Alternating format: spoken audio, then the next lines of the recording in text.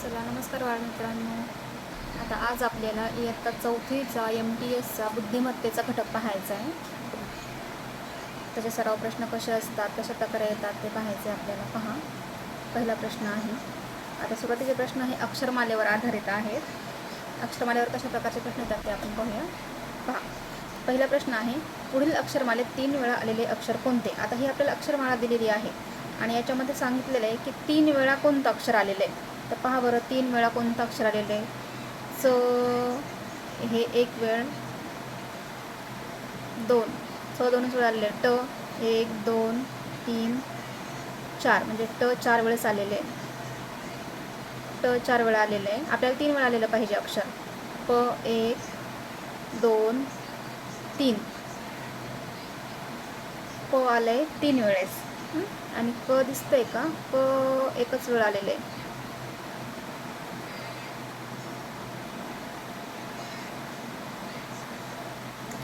पहा, आपलं 3 वेळेस दिसते आपल्याला. हे 1 2 आणि 3, हो की नाही? 4 वेळेस आलेलं आहे. एकच वेळेस दिसते, पण आपल्याला बरोबर 3 वेळेला दिसते, म्हणून आपला पर्याय क्रमांक 1 हा याचा उत्तर बरोबर होईल. ठीक आहे. आता दुसरा प्रश्न, वरील अक्षरमाळेत पूर्वी किती वेळा आला आहे? च्या आधी पाहिजे आपल्याला. इथं आहे, पण इथं च्या आधी आहे, म्हणून हे आपल्याला घ्यायचं नाही. इथं आहे, च्या पूर्वी आहे, म्हणजे हे आपल्याला घ्यायचं आहे. च्या पूर्वी परत आणखी इथं च्या आधी आलेला आहे आणि इथं च्या आधी आलेला आहे, म्हणजे किती वेळा आलेला आहे? 2 वेळा. आणखी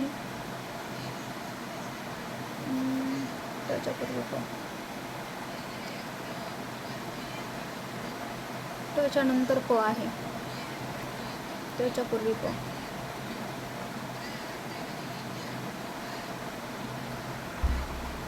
पहा, च्या पूर्वी 2 वेळेस आलेला आहे. हे च्या आधी हे 1 वेळेस. इथं च्या नंतर आहे, म्हणून हे ग्राह्य धरायचं नाही. च्या पूर्वी म्हणजे आधी आपल्याला पाहिजे, मग हे च्या आधी हे 2 वेळेस, म्हणजे आपलं पर्याय क्रमांक 3 हे बरोबर उत्तर येईल. आता वरील अक्षरमालेत उजवीकडून चौथे अक्षर कोणते? उजवीकडून चौथं अक्षर कोणते? पहा बरं, उजवीकडून म्हणजे हे आपल्या उजव्या हातानं 1 2 3 4 कोणतं अक्षर आहे? अक्षर. हे आपलं उजवीकडून चौथं अक्षर आहे.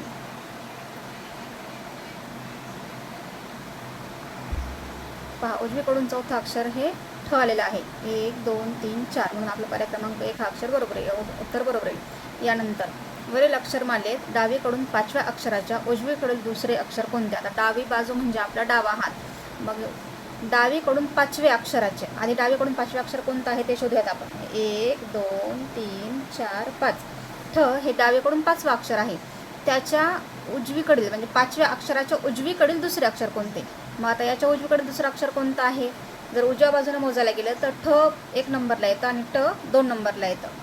उजवीकडून जर आपण या प्रकारे मोजायला गेलं तर 1 नंबरला येतं आणि 2 नंबरला येतं, म्हणून आपला पर्याय क्रमांक 2 हे उत्तर बरोबर येईल.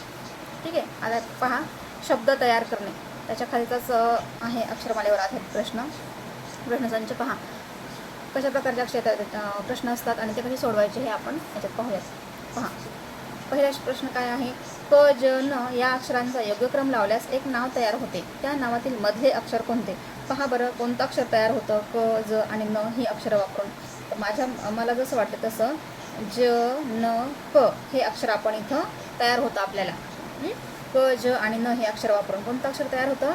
ज न मग आता विचारलेला प्रश्न काय आहे? आता आपण हे एक शब्द तयार केलेला आहे. आता हे एक नाव तयार केलेलं आहे. मग त्या नावातील मधले अक्षर कोणते? मग कोणतं आहे मधलं अक्षर? तर यातील मधलं अक्षर आहे न, म्हणजे आपला पर्याय क्रमांक 4 हे उत्तर बरोबर आहे. ठीक आहे. आता श्व ज्ञा र ने या 4 अक्षरांपासून एक अर्थपूर्ण शब्द तयार करा आणि त्या शब्दातील तिसरे अक्षर सांगा. आता कोणतं आहे इथं? पहा, शब्द कोणता तयार होतो? एक नाव तयार होतं. जसं आपण वरती नाव तयार केलेलं आहे तसंच इथं एक नाव तयार होतं. पहा, कोणतं नाव तयार होतं इथं? इथं नाव तयार होतं एकदम सोपं, ज्ञानेश्वर हे नाव इथं तयार होतं. पहा, एक अर्थपूर्ण शब्द तयार करा, तो आपण केला. त्या शब्दातील तिसरे अक्षर सांगा. तिसरं अक्षर कोणतं आहे त्या शब्दातील? शोधा. चला पहा, 1 2 आणि 3 म्हणजे कोणतं अक्षर आहे? श्व हे त्या शब्दातील तिसरं अक्षर आहे, म्हणजे आपला पर्याय क्रमांक 1 हा बरोबर येईल. आता परत तिसरा प्रश्न, नगर या शब्दातील अक्षरापासून जास्तीत जास्त किती 2 अक्षरी शब्द तयार होतील? 2 अक्षरी शब्द आपल्याला तयार करायचे, 2 अक्षरी. पहा शब्द कोणता आहे? नगर. मग याच्यापासून कोणते कोणते शब्द तयार होतात? एक नग हा शब्द तयार होतो, परत गर हा शब्द तयार होतो, परत नर हा शब्द तयार होतो, हो की नाही? नग, गर, नर,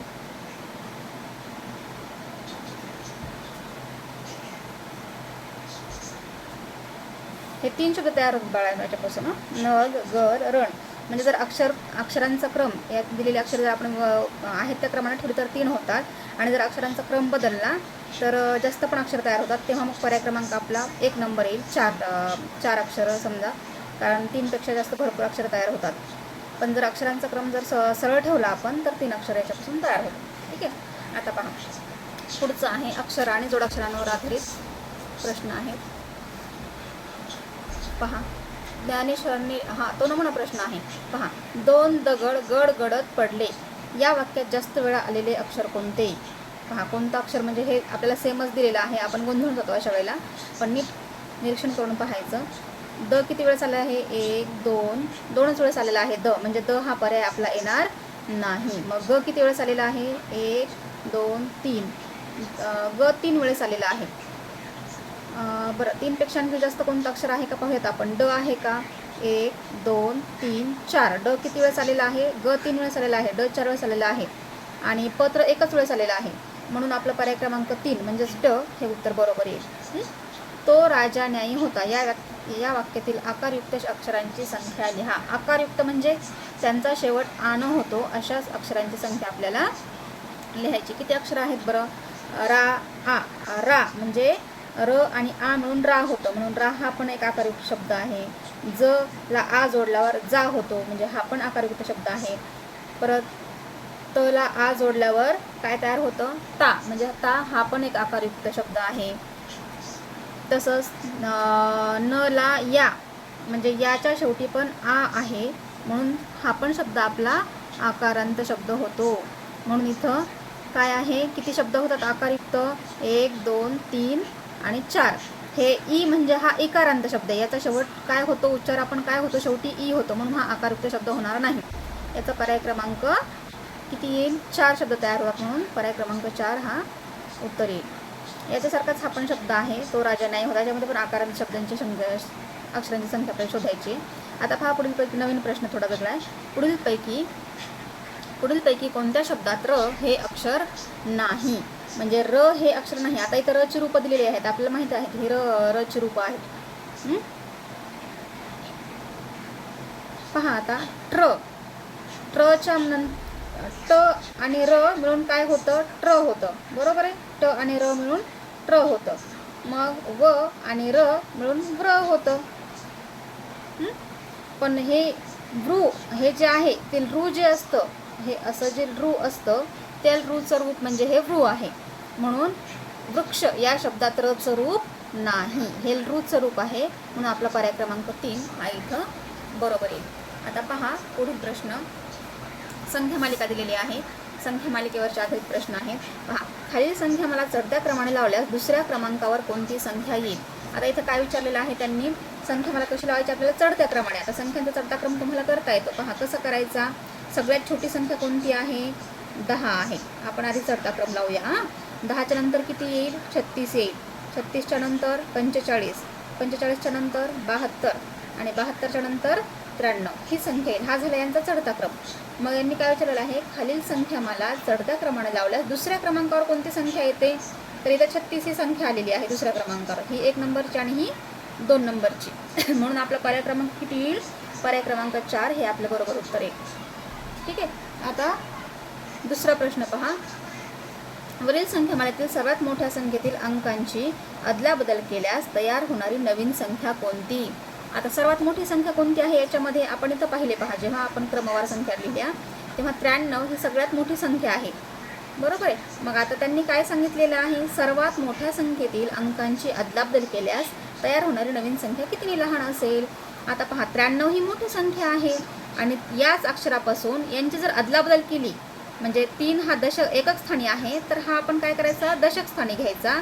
आणि 9 दशक स्थानी आहे, तर तो आपण काय करायचा, एकक स्थानी घ्यायचा.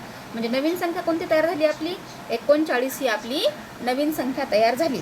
मग त्यांनी काय विचारलेलं आहे की 39 ही संख्या 93 पेक्षा कितीनं लहान आहे. पहा बरं, पहा आता आपल्याला जी लहान आहे म्हणजे आपल्याला हे वजाबाकी करून यांचा फरक काढावा लागेल. आता पहा 93 मधून जर 39 वजा केले, 93 वजा 39, कारण कितीने 93 पेक्षा 39 कितीने लहान आहे हे आपल्याला शोधायचे. मग अशा वेळेस काय करावं लागेल, 93 मधून 39 वजा करावे लागतील. मग काय करावं लागेल, 3 मधून तर 9 जाऊ शकणार नाहीत, म्हणून आपल्याला इथून उसना घ्यावा लागेल. इथं 13 होतील, 13 मधून 9 गेले, 4 उरले, आणि 8 मधून 3 गेले, 5 उरले. किती आलं आपलं उत्तर, 54 हे आपलं उत्तर आलं. म्हणजे पर्याय क्रमांक 2 हे आपलं बरोबर उत्तर असेल. म्हणजे 93ची अदलाबदल केल्यावर जी नवीन संख्या तयार होते 39, ती कितीने लहान आहे 93 पेक्षा, 54 ती लहान आहे. आता पहा, वरील संख्यामालेत 5ने निशेष भाग जाणाऱ्या संख्या किती. निशेष म्हणजे काय, ज्याची बाकी शून्य उरते किंवा बाकी काहीही राहत नाही, त्याला आपण म्हणतो निशेष भाग जाणाऱ्या. निशेष म्हणजे शेष काहीही राहत नाही, अशा संख्या म्हणजे निशेष भाग जाणाऱ्या संख्या. आता आपल्याला याच्यासाठी प्रत्येक अंकाला भागत बसायचं आहे का, नाही. यासाठी आपल्याला काय करायचं आहे, 5ची कसोटी लक्षात ठेवायची. आपण कसोट्या शिकलो आहोत. मग 5ची कसोटी काय आहे आपली, पहा, ज्या संख्येच्या एकक स्थानी 5 किंवा 0 असतात त्या संख्येला 5ने निशेष भाग जातो, हे लक्षात ठेवायचं. किंवा 5चा पाढा समोर आणायचा. 5च्या पाढ्यामध्ये फक्त 5 आणि 0 याच संख्या, एकक स्थानावर 5 आणि 0 याच संख्या असतात किंवा अंक असतात, म्हणून ती कसोटी लक्षात ठेवायची. आणि 5ने निशेष भाग जाणाऱ्या संख्या म्हणजेच काय, ज्यांच्या एकक स्थानी 5 किंवा 0 हे अंक असतात त्या संख्या. मग अशा आपण ही संख्या मला पाहिली, याच्यामध्ये किती संख्या आहेत बरं, ज्यांच्या एकक स्थानी 0 आणि 5 आहे.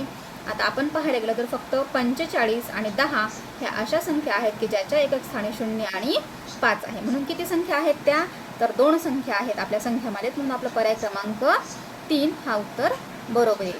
ठीक आहे. आता पहा, वरील संख्यामालेतील समसंख्या आणि विषम संख्या यांच्या बेरजेतील फरक कितीचा. पहा, समसंख्या आणि विषम संख्या, आता हे पण आपल्याला माहीत आहे, आपण शिकलो आहोत. समसंख्या कशा असतात, विषम संख्या कशा असतात, त्या आपण सगळ्या पाहिलेल्या आहेत. पहा, मग आता समसंख्या म्हणजे काय, ज्यांच्या एकक स्थानी 2, 4, 6, 8 आणि 0 असतात त्या संख्या. आपण काय करूयात, आधी समसंख्या घेऊया. समसंख्या कोणत्या आहेत, 36 आहे, परत 93 ही विषम संख्या आहे, 45 विषम संख्या आहे, 72 आणि 10, 72 आणि 10 ह्या झाल्या आपल्या समसंख्या. मग विषम संख्या कोणत्या येतील, पहा, ज्यांच्या एकक स्थानी 1, 3, 5, 7 असे अंक असतात त्या विषम संख्या असतात. मग 93 ही विषम संख्या झाली आणि 45 ही पण विषम संख्या झाली. मग विचारलेलं काय आहे, समसंख्या आणि विषम संख्या यांच्या बेरजेतील फरक म्हणजेच काय, वजाबाकी. मग आधी आपल्याला समसंख्यांची बेरीज करावी लागेल, विषम संख्यांची बेरीज करावी लागेल आणि त्यांच्यामध्ये कितीचा फरक आहे तो काढावा लागेल. मग 6 आणि 2 8, 7 आणि 3 10 आणि 1 11, 118 ही समसंख्यांची बेरीज झाली. 118 ही समसंख्यांची बेरीज झाली. आणि विषम संख्यांची बेरीज किती येते, 5 आणि 3 8 आणि 9 आणि 4 13, 138 म्हणजे 138 118 पेक्षा मोठे आहेत, म्हणजे विषम संख्यांची बेरीज ही जास्त आहे. मग आपल्याला अशा वेळेस काय करावं लागेल, आपल्याला 138 मधून 118 वजा करावे लागतील. 138 मधून ही विषम संख्यांची बेरीज आहे आपली, 138 मधून 118 वजा करावे लागतील. पहा मग किती फरक येईल, 8 मधून 8 गेले 0, 3 मधून 1 गेले 2 आणि 1 मधून 1 गेला 0. किती आले आपली फरक, 20. मग कोणता आहे आपला पर्याय, पर्याय क्रमांक 1 हा आपला बरोबर उत्तर येईल. ठीक आहे. हा होता आपला अक्षरमालेवर आणि संख्यामालेवर आधारित प्रश्नांचा संग्रह. याच्यानंतरचे प्रश्नसंग्रह आपण पुढील व्हिडिओमध्ये पाहूया. पहा, लक्ष देऊन समविषम संख्या, 5ची कसोटी किंवा 2, 3, 5, 6, 8, 9 या सगळ्या कसोट्या आपण पाहिलेल्या आहेत. या कसोट्या लक्षात ठेवायच्या आणि प्रत्येक वेळेस कसोटीवर आधारित गणित आले तर भागाकार न करता डायरेक्ट कसोटीचा वापर करून आपण गणित सोडवायला शिकायचे. यामुळे आपला वेळ पण वाचतो आणि उत्तराची अचूकता कायम राहते. ठीक आहे. चला, पुढील व्हिडिओमध्ये भेटूया पुढील उदाहरणांचे. बाय.